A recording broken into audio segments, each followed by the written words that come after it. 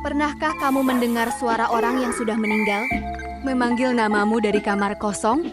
Sejak adikku Naya meninggal 3 tahun lalu, rumah kami tidak pernah terasa sama. Naya baru berusia 12 tahun. Sebelum meninggal, dia selalu tidur di kamar kecil, tepat di sebelah kamarku. Setiap malam, dia selalu memanggilku. Kak, aku biasanya menjawab, iya, kenapa? Namun setelah Naya meninggal, kamar itu tidak pernah lagi dibuka. Ibu selalu menguncinya. Sampai suatu malam, tepat pukul 2.17 menit, aku terbangun karena mendengar suara yang sangat familiar. Kak, aku langsung membeku. Suara itu berasal dari kamar Naya. Beberapa detik kemudian, suara itu terdengar lagi. Kak, aku haus. Aku menutup telingaku. Aku sangat yakin itu suara Naya. Malam berikutnya, suara itu kembali terdengar. Kali ini lebih dekat. Kak, buka pintunya. Tiba-tiba terdengar ketukan. Tok, tok, tok. Aku tetap diam. Lalu suara itu berbisik. Kak, kamu sudah tidak sayang aku lagi. Aku hampir menjawab. Namun aku tiba-tiba teringat pesan Naya sebelum meninggal. Kak, kalau nanti aku sudah tidak ada, jangan pernah membuka pintu kalau aku memanggilmu di malam hari. Saat itu aku menganggapnya hanya candaan. Tiba-tiba gagang pintuku mulai bergerak. Klik, pintu terbuka sedikit. Di lorong gelap, terlihat bayangan seorang anak kecil. Namun tiba-tiba terdengar suara Naya dari belakangku. Kak, aku perlahan menoleh. Di atas tempat tidurku, duduk seorang anak perempuan dengan rambut menutupi wajahnya. Kak, kenapa kamu membiarkan aku mati sendirian? Aku menangis. Aku tidak tahu. Naya perlahan berdiri. Aku sudah memanggilmu malam itu. Aku langsung teringat semuanya. Malam ketika Naya meninggal, aku memang sedang bermain game menggunakan headset. Aku tidak mendengar ketukan di pintunya. Aku tidak tahu bahwa saat itu Naya sedang meminta pertolongan. Tiba-tiba Naya berbisik. Sekarang, buka pintunya, Kak. Aku menatap pintu. Di baliknya berdiri seorang perempuan dengan wajah pucat. Ibu? Sosok itu tersenyum. Lalu berkata dengan suara ibuku, Dimas. Aku langsung terdiam. Ibuku sudah meninggal 2 tahun lalu. Saat itu aku sadar, selama ini bukan hanya Naya yang memanggilku dari kamar kosong. Di lorong, mulai muncul banyak bayangan. Semuanya adalah orang-orang yang pernah meninggal. Naya mengulurkan tangannya. Kak, ayo ikut aku. Sejak malam itu, tidak ada seorang pun yang pernah melihat Dimas lagi. Namun setiap pukul 2.17 menit, orang-orang yang melewati rumah kosong itu selalu mendengar suara seorang anak perempuan. Kak, buka pintunya. Sekarang aku sudah tidak sendirian. Namun ternyata, Dimas belum benar-benar menghilang. Saat semua orang mengira dia sudah pergi bersama Naya, Dimas justru terbangun di sebuah lorong yang sangat gelap. Di sepanjang lorong itu terdapat banyak pintu. Dari balik pintu-pintu tersebut terdengar suara orang-orang yang sudah meninggal. Dimas, buka pintunya. Dimas menutup telinganya. Namun kemudian dia mendengar suara yang paling dia kenal. Kak, Dimas langsung berhenti. Itu suara Naya. Suara tersebut berasal dari sebuah pintu kecil di ujung lorong. Naya? Iya, Kak. Buka pintunya. Dimas hampir membuka pintu. Namun dia teringat pesan Naya sebelum meninggal. Jangan pernah membuka pintu kalau aku memanggilmu di malam hari. Dimas langsung mundur. Aku tidak bisa. Suara Naya berubah menjadi sedih. Kak, kamu sudah tidak sayang aku? Dimas mulai menangis. Aku sayang kamu. Kalau begitu, buka pintunya. Tiba-tiba terdengar suara Naya dari belakangnya. Kak, jangan buka. Dimas perlahan menoleh. Naya berdiri di tengah lorong. Namun kali ini, dia terlihat sangat pucat. Kalau kamu mendengar suara kami dari balik pintu, Naya menatap pintu di ujung lorong. Itu bukan kami. Dimas terkejut. Lalu siapa? Tiba-tiba semua pintu di lorong terbuka bersamaan. Brak! Dari balik pintu muncul banyak bayangan. Mereka semua mulai memanggil nama Dimas. Ada suara ibunya, suara ayahnya, suara teman-temannya, bahkan suara Dimas sendiri. Buka pintunya, buka. Naya langsung menggenggam tangan Dimas. Kak, kita harus pergi. Mereka berlari menuju sebuah pintu putih di ujung lorong.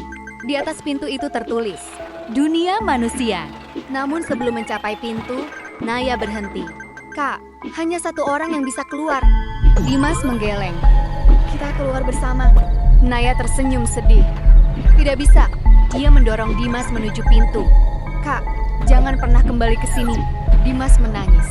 Aku akan menjemputmu. Naya hanya tersenyum. Jangan pernah membuka pintu lagi. Dimas membuka pintu tersebut. Cahaya terang memenuhi matanya. Saat terbangun, Dimas sudah berada di depan rumahnya. Hari sudah pagi. Dia langsung berlari menuju kamar Naya. Namun kamar itu kosong. Di atas tempat tidur terdapat foto lama mereka berdua. Di belakang foto tertulis, "Kak, jangan pernah membuka pintu lagi." Dimas mulai menangis. Tiba-tiba, tok, tok, tok. Ketukan terdengar dari pintu kamar. Dimas perlahan menoleh. Suara Naya terdengar dari balik pintu. "Kak!" Dimas menutup telinganya. Tidak, suara itu kembali terdengar. "Kak, aku haus." Dimas mulai gemetar. Karena dia tahu, Naya masih berada di tempat lain. Lalu terdengar suara lain. Suara Dimas sendiri. "Buka pintunya." Tepat pukul 2.17. Pintu kamar Naya terbuka sendiri. Dan dari dalam kamar kosong itu, terdengar suara Dimas. "Kak, sekarang aku sudah tidak sendirian." Dimas langsung mundur dari pintu kamar Naya. Dia tahu suara itu bukan miliknya. Namun suara dari dalam kamar terus memanggil. "Kak, buka pintunya." Dimas berlari keluar rumah. Dia tidak peduli dengan apapun. Yang penting, dia harus menjauh dari rumah itu. Namun baru beberapa langkah, terdengar suara Naya dari belakang. "Kak, jangan pergi." Dimas berhenti. Dia hampir menoleh. Namun dia teringat pesan Naya. "Jangan pernah membuka pintu kalau aku memanggilmu di malam hari." Dimas terus berlari. Sampai akhirnya dia tiba di rumah seorang tetangga tua bernama Pak Arman. Dimas mengetuk pintu dengan keras. "Pak, tolong buka." Pak Arman membuka pintu. Dimas langsung masuk. "Pak, jangan biarkan aku keluar." Pak Arman terlihat bingung. Apa yang terjadi? Dimas menceritakan semuanya.